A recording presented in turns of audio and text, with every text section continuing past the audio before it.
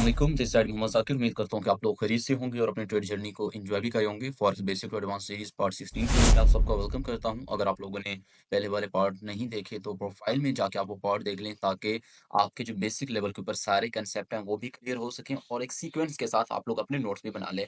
तो आज का जो हमारा टॉपिक है वो बेसिकली हम डिस्कस करेंगे लॉट साइज़ को कि लॉट साइज़ क्या होती है। सबसे पहले तो हमें इस पॉइंट को समझना कि लॉट होता क्या है, ठीक है? Financial instruments are always traded in specific amounts called lots. ठीक है?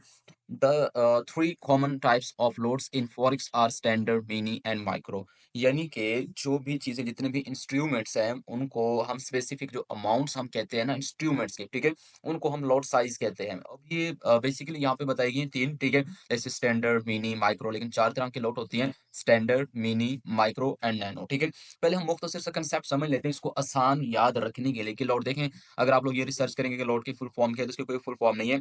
ये किसी चीज को याद रखने के लिए ना इस्तेमाल की जाती है, किसी चीज की मेजरमेंट करने के लिए। फॉर एग्जाम्पल मैं कहूँ जी, आम को आम का नाम क्यों दिया गया, ठीक है, तो हर चीज को किसी न किसी चीज को उसकी शक्ल से उसके काम के लिहाज से उसको याद रखने के लिए नाम दिया जाता है। ठीक है, आप इसको याद रख सकते हैं कि डेफिनेशन लिख सकते हैं कि फॉरेक्स करेंसी की मिकदार का जो मजमुआ है, यानी कि वो जो फिक्स कैपिटल है, जो किसी चीज की जो कीमत है या कमोडिटीज है या कोई करेंसी है, उसको मेज़र करने के लिए हम जो इस्तेमाल करते हैं, उसको हम लॉट साइज़ कहते हैं, ठीक है? अब ये 4 तरह की लॉट साइज़ होती हैं, ठीक है? Standard, mini, micro. अब स्टैंडर्ड लॉट जो होते हैं उसके अंदर 1000 जो स्टैंडर्ड होती है उसके अंदर 1 लाख यूनिट होते हैं, ठीक है? यहाँ पर ये नहीं है कि 1000 यूएसडी हो सकते हैं, उसके अंदर यूरो भी हो सकते हैं, ठीक है? जेपीवाई भी हो सकते हैं, एनजीबी भी हो सकते हैं, ठीक है?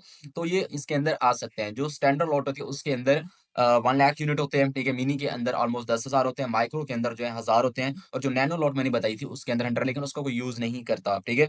आप लोगों ने याद रखना है standard, mini, micro and nano, लेकिन आपको सिंपल 3 याद रखने की अभी ज़रूरत है, स्टैंडर्ड, मिनी, माइक्रो। अगर आपको इस तरीके से इनका नाम याद नहीं रहता तो आप लोगों ने घर में खाना तो पकाते हैं ना, घी वगैरह या कोई भी चीज़ आप लेके आते हैं, तो उस चीज़ की वो भी समझ लें कि कमोडिटीज़ हैं, ठीक है? या उस चीज़ को जो भी अशिया हैं, जो भी चीज़ें हैं, उनको मापने के लिए हम कोई ना कोई टूल इस्तेमाल करते हैं। तो आप उनको मिसाल के तौर पर आप 1 केजी आम ले रहे हैं या आप 1 केजी घी ले रहे हैं, तो 1 केजी के अंदर कितने ग्राम आ जाते हैं? 1000 ग्राम, ठीक है? तो आप समझ लें कि 1 केजी, ठीक है, स्टैंडर्ड है, हाफ केजी मिनी है, उससे नीचे अगर चले जाएँ पाव के अंदर, ठीक है?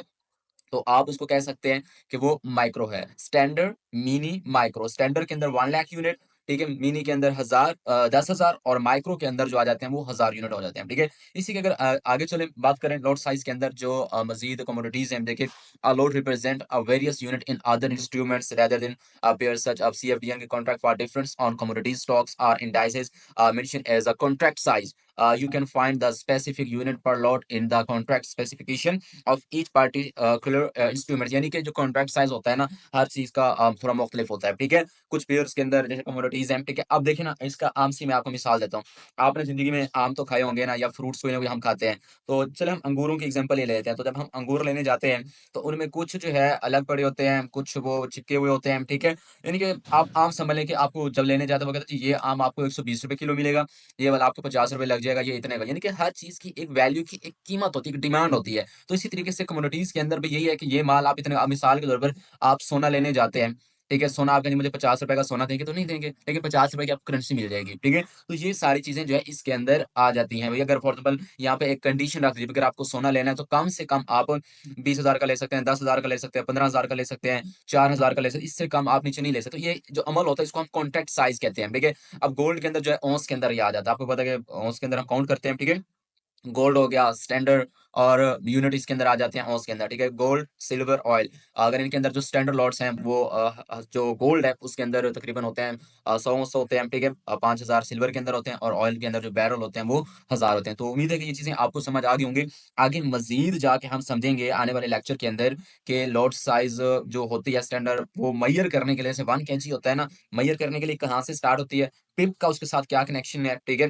क्या चीज़ें उसका क्या अमल वो अदा करती है, ठीक है? कौन-सी अकाउंट के ऊपर हमें कौन-सी जो है वो यूज़ करनी चाहिए, ये आने वाले लेक्चर के अंदर हम देखेंगे। अगर ये वीडियो अच्छी लगी है तो वीडियो को लाइक कर लें, टिकटॉक अकाउंट को फॉलो कर लें, यूट्यूब नेक्स्ट इन फ्यूचर का अगर देख रहे हैं तो उसको आप सब्सक्राइब कर लें ताकि आने वाली नई वीडियो आपको मिल सके। मिलते हैं नेक्स्ट वीडियो के अंदर, अपना बहुत सारा ख्याल रखिएगा। अस्सलाम वालेकुम, अल्लाह हाफ़िज़।